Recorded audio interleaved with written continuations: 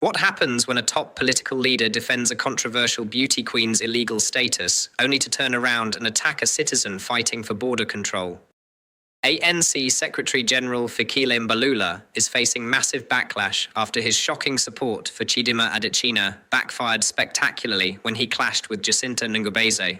Did his attempt to silence the March and March movement just blow up in his face? South Africans, to uncover the full truth behind this showdown, you must watch every minute. Please make sure to like, subscribe, and share. Now, let's roll the tape.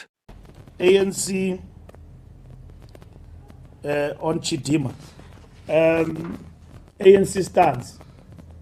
It is said that Chidima is a South African. She's born of the parents of South Africa, right?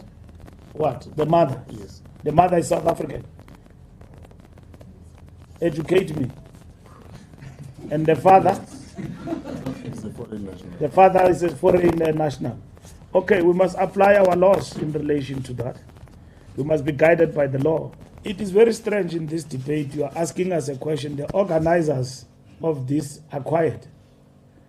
And then they've allowed this girl to go, to be out there and attacked and all of that. The organizers are not saying anything. Government, Schreiber, Home Affairs, he must clarify this issue. DA, Minister.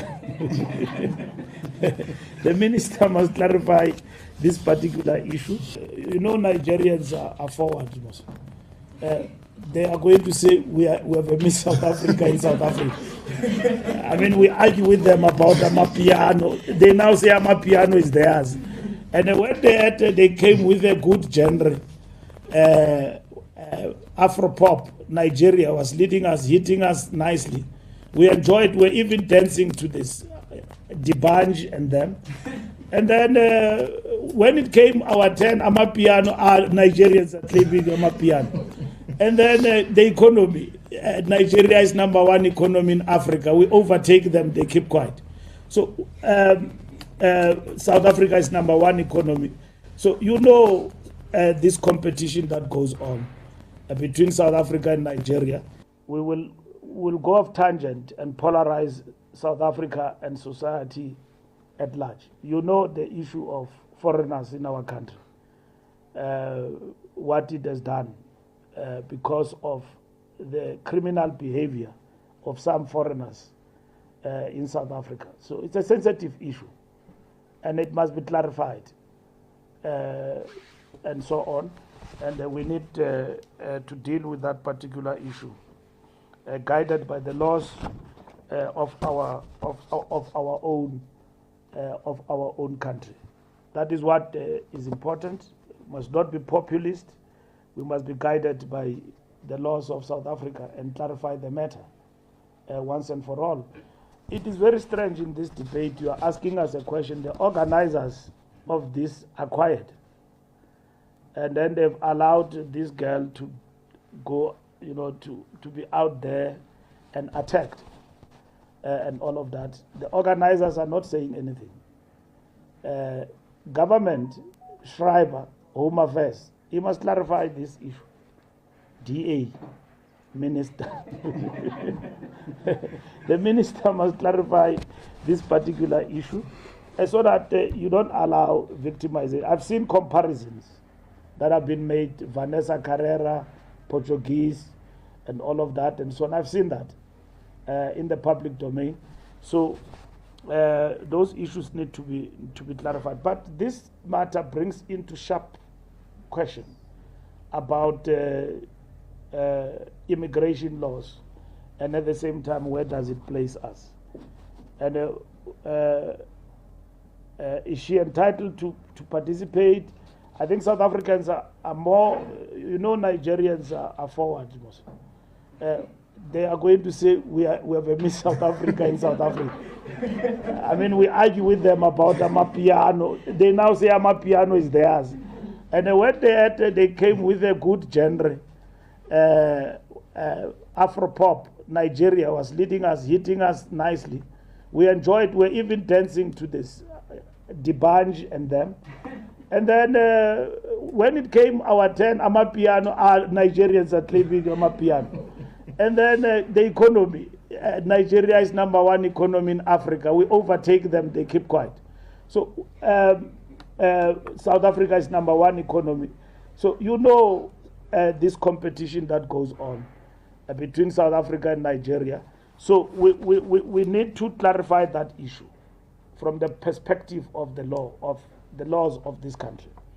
And so that we don't allow Chidima to be victimized in the manner in which she may feel at the end that she's left out there to dry. So the organizers and government must clarify that that particular issue.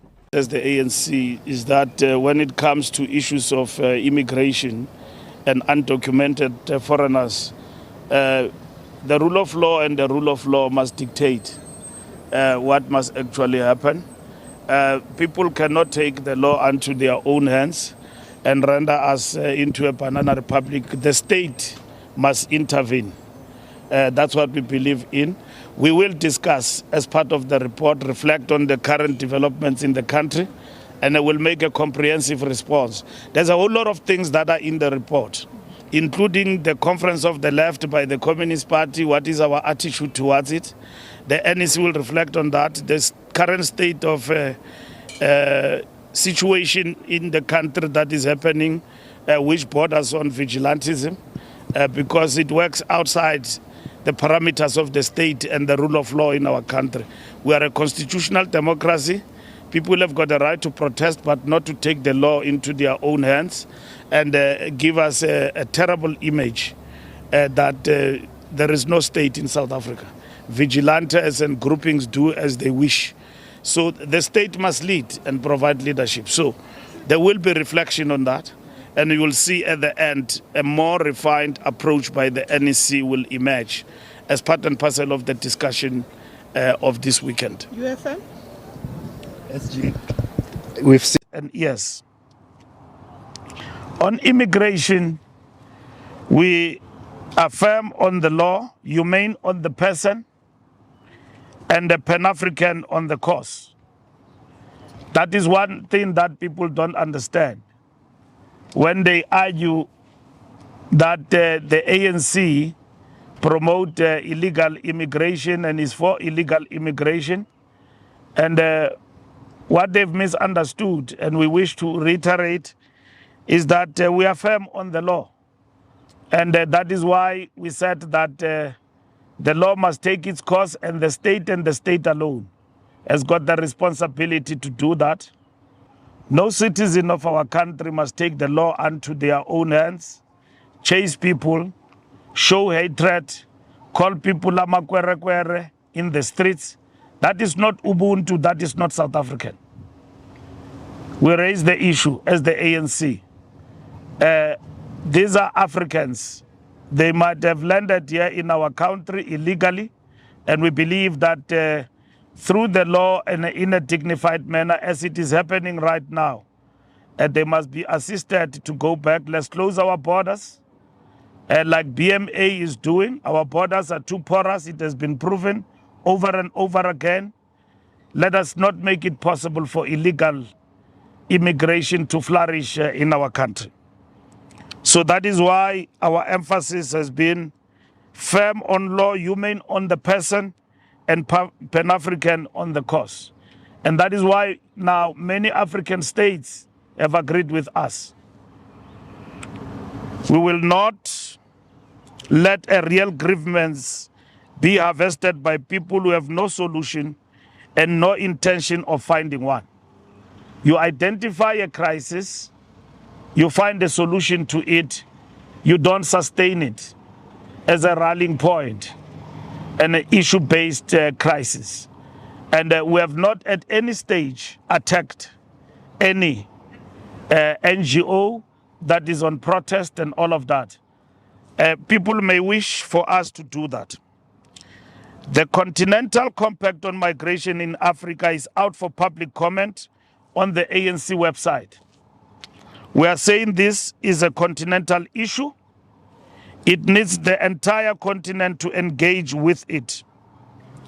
And closing 26 August. Since 30th June, the state contained the agitator mobilization and they arrested those who were perpetuating vigilantism and doing all illegal things and all sorts in terms of this matter. Mr. Fikile Mbalula, through the figment of his imagination, has come out guns blazing, suggesting that we are a political project yet to be properly unveiled. And on some days he claims we are a project of the IFP, some days of the MK, some days of Israel, depending on what mood he's in or what substance. Not one of the boss's press briefings seeks to acknowledge the damage and pain that they have caused to the many families from their negligence of our borders. How many more families have been destroyed because of the drugs and corrupt activities, as we have heard at the Madanga Commission? When does he apologize to the parents whose children have died because of spather shop killings or the spather shop mafias? Or are those families also political parties or political projects? In his last episode of his live recorded broadcast in the media, Mr. Mbalula illogically stated that the movement was not happy that other members had met with the president. Yet we had already addressed this issue in our statement, where we stated that everyone has a right to meet with anyone, including the president. Our focus has always been in protection of the citizens of this country and not on getting photo ops. In his vent, he made noise about their leaders being booed at our marches, and he said nothing about the reasons why their members of the public decided to boo them. Surely this should have been an opportunity for him to reflect on why people were booing certain leaders while celebrating others.